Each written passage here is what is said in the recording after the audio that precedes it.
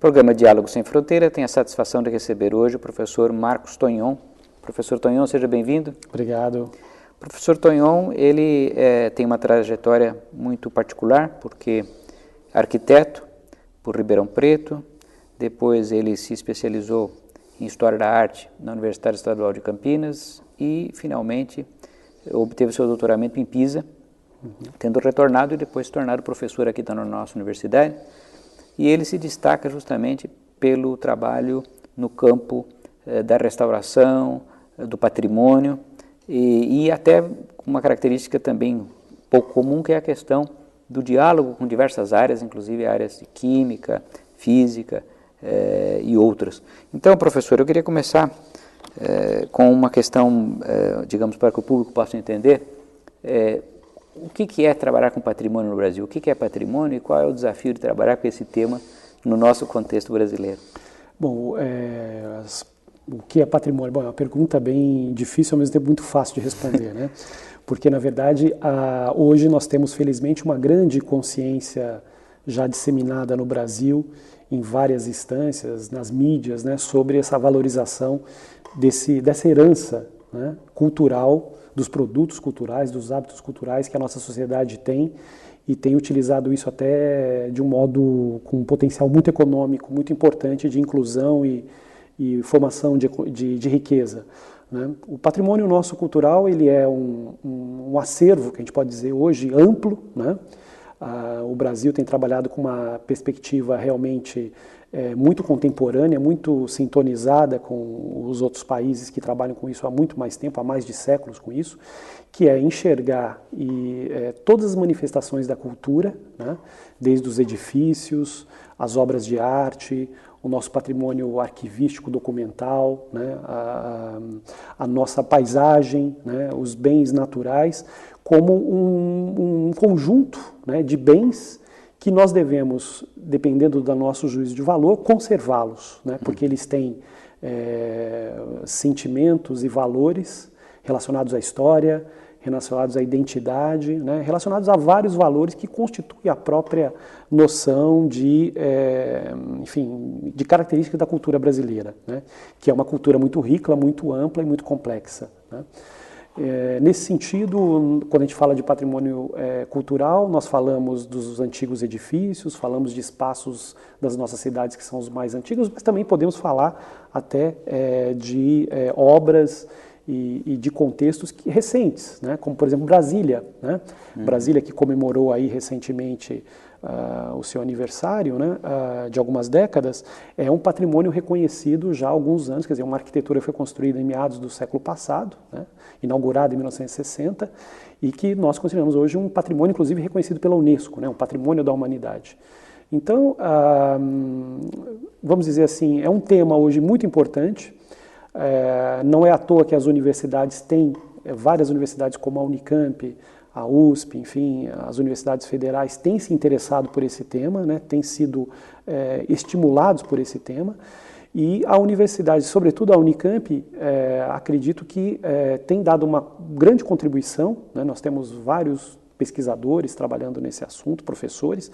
A Unicamp também trabalha em órgãos de preservação, né, sobretudo o órgão estadual, o CONDEFAT, onde nós temos 4 assentos lá, né, e a Unicamp também tem participado de políticas públicas para a preservação, né. Eu acho que o patrimônio cultural também ele tem uma dimensão interessante, professor Pedro Paulo, que é um momento de relacionamento entre o Estado, né, o poder constituído, e a população, né. É um tipo de elemento da cultura que só pode ter um funcionamento correto e harmonioso quando a sociedade e o Estado trabalham em sintonia. Agora, o professor Tonhon levantou aí muitas questões interessantes, porque tem o lado acadêmico, que é como que estudiosos de diferentes áreas, porque você falou em arquitetura, mas antropologia, história e outras tantas profissões que estão envolvidas com isso tudo que você mencionou como patrimônio. Exato. Agora, há um outro aspecto que eu gostaria de explorar, porque o professor Tonhon, ele acaba de nos dizer que há o aspecto das políticas públicas do Estado com a população. E o professor Tonhon tem uma experiência única, que é justamente ter sido um gestor secretário municipal de cultura e depois também outras diversas funções administrativas. Então, aí a pergunta é como é o desafio na prática, porque uma coisa é o mundo acadêmico, nós podemos estudar ou fazermos projetos acadêmicos, mas como é que é na prática essa interface do Estado com a questão cultural e patrimonial? É um grande desafio porque as primeiras iniciativas de preservação no Brasil que ocorreram na década de 30, elas foram muito estabelecidas apenas no plano do governo e, vamos dizer assim, submetidas à sociedade sem nenhuma interlocução muito clara, né? E até hoje a palavra, por exemplo, tombamento, que é o termo que mais caracteriza a presença do Estado na área do patrimônio cultural, é uma palavra ainda mal vista, né? Devido ao quê? A uma falta de diálogo. Eu acho que isso é o grande desafio dos órgãos de preservação. Porque o tombamento, para que as pessoas possam entender o que seria e qual a incompreensão que ocorre. O tombamento o que é? Né? É um termo que foi criado, só existe no Brasil, né? É um termo que foi elaborado, vamos dizer assim, pelo Mário de Andrade, né?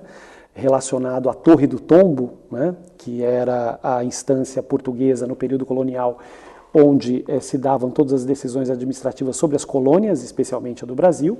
Então foi criado esse termo de tombamento, que significa o ato de preservar pelo Estado, o reconhecimento do Estado de um determinado patrimônio cultural. Um prédio, um acervo, uma obra, um contexto urbano. É um registro. É um registro. Exato. E ele vem com uma série de consequências. A primeira delas é, a partir daquele momento, sendo uma propriedade privada, por exemplo, ou mesmo do Estado, qualquer decisão sobre aquele bem, ela tem que ser compartilhada com o Estado. Né? Ela não pode ser, não é mais ele entra para uma esfera... Tem total liberdade de atuação. Eu não digo total liberdade, mas existe uma divisão de responsabilidades. Né? E é aí que talvez o Estado tenha falhado um pouco. Né?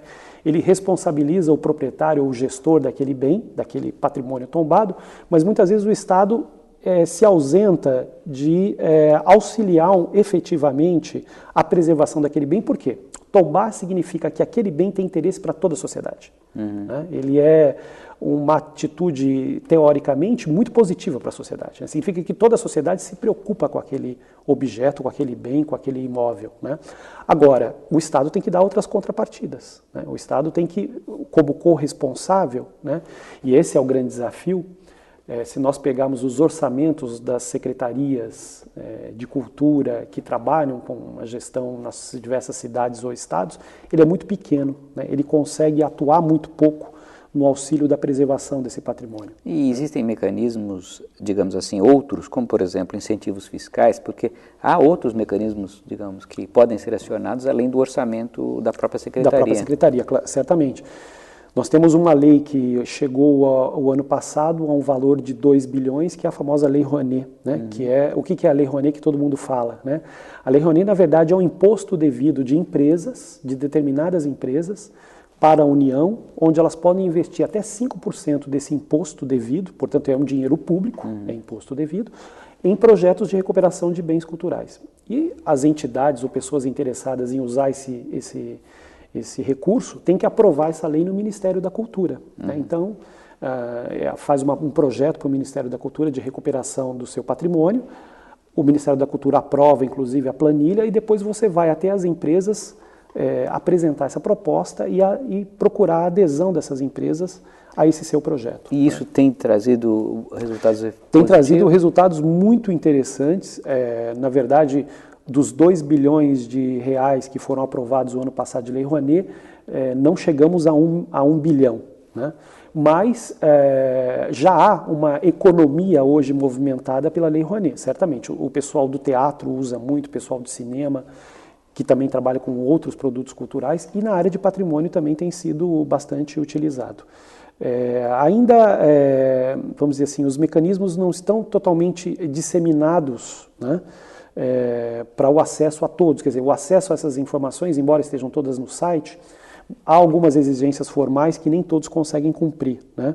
Mas isso está progressivamente se tornando e há uma outra questão também que eu perguntaria a você, que é a seguinte: na medida em que a Lei Rouanet ela é federal e ela se preocupa, digamos assim, com os bens de valor nacional, de importância nacional, há uma tendência que já vem da década de 80, com a democratização do Brasil, de, ao contrário, de nós valorizarmos também o patrimônio estadual, patrimônio municipal, Exato. patrimônio local. E nesse caso, talvez haja uma certa dissintonia entre essa legislação federal, que é muito boa até onde pode ir, e o nível estadual, municipal, em que medida a pessoa pode fazer com que na sua cidadezinha, na sua A Lei localidade... Rouanet ela antes, você tem toda a razão, no início da aplicação da Lei Rouanet, no começo dos anos 90, ela só era permitida para bens tombados pela União, pelo governo federal. De uns 5 anos para cá, ela reconhece qualquer tombamento. Então, a exigência mínima é que o bem seja tombado, pode ser tombado pela própria cidade, né? Pode ser tombado somente pelo prefeito, né? Tem alguns municípios que o prefeito mesmo faz o tombamento. Então, essa é uma exigência mínima, né? Para que o bem seja beneficiário desse tipo de recurso. Agora, os seus estados, e o estado de São Paulo e a cidade de Campinas, têm feito também fundos especiais para isso, com menor porte, né? Com uma escala menor, não tanto quanto a Lei Rouanet, mas tem sido incentivado. No caso do estado, a gente tem se não me engano, é PROAC, né? Que é o Fundo Estadual de Investimento na Cultura, que tem uma seção para a área de patrimônio cultural. E no caso de Campinas e outras cidades, mas Campinas, por exemplo, tem o FIC, o Fundo de Investimento da Cultura, que é um valor bem pequeno, na verdade se usa para fazer estudos, né, de elaboração de projetos, mas isso já tem iniciado, ou seja, o tema do patrimônio está aí, né? Eu acho que as políticas públicas hoje já contemplam essa área, que é uma situação totalmente diferente de 20 anos atrás, né, onde não havia políticas públicas muito claras para isso, né? E você acha que o envolvimento da população, que também é um aspecto que você já havia mencionado, como uma novidade, porque na década de 30 lá a população estava ausente. Exato. Isso tem avançado e quais são os desafios? Porque não é fácil também você conseguir esse outro lado, que é fazer as pessoas participarem. Exato. Um dos elementos, acho que a grande novidade que nós temos no Brasil nos últimos 10, 15 anos foi o surgimento das organizações não governamentais, né? Eu acho que isso porque como é o tombamento e a preservação do patrimônio cultural, ela tem uma esfera jurídica também, né? Ela tem uma esfera jurídica, tem uma esfera técnica, tem uma esfera social, quer dizer, é um conjunto que tem várias implicações, e daí a necessidade de certas formalidades na relação entre poder público e sociedade, né? Então nós temos visto surgir várias organizações não governamentais que têm trabalhado nessa área do patrimônio, né, e têm representado. Outro elemento interessante também são as associações de bairro, né? Eu conheci alguns processos de preservação e mesmo de incentivo à identificação dos bens culturais a partir de associações, né? Ou seja, da sociedade organizada requisitando a preservação de determinados bens ou não. Nós temos vários exemplos no estado de São Paulo, onde edificações foram preservadas graças a essas iniciativas, né? A sociedade se organizando, se formalizando e fazendo a sua solicitação direta ao gestor, no caso o prefeito ou governador. Professor Marcos, queria agradecer muito. Eu tenho certeza que o nosso público ficou muito bem informado e ficou entusiasmado com essa perspectiva, inclusive, como você falou agora, de poder interagir com os gestores na preservação do seu patrimônio. Então, eu queria agradecer muito a oportunidade que nos deu hoje de estar no nosso programa. Ok, muito obrigado também e parabenizo pela iniciativa, né, de ter um espaço tão importante como esse para que a gente possa apresentar ideias e discutir um pouco mais. Eu agradeço muito e convido a todos ao próximo programa Diálogo Sem Fronteira.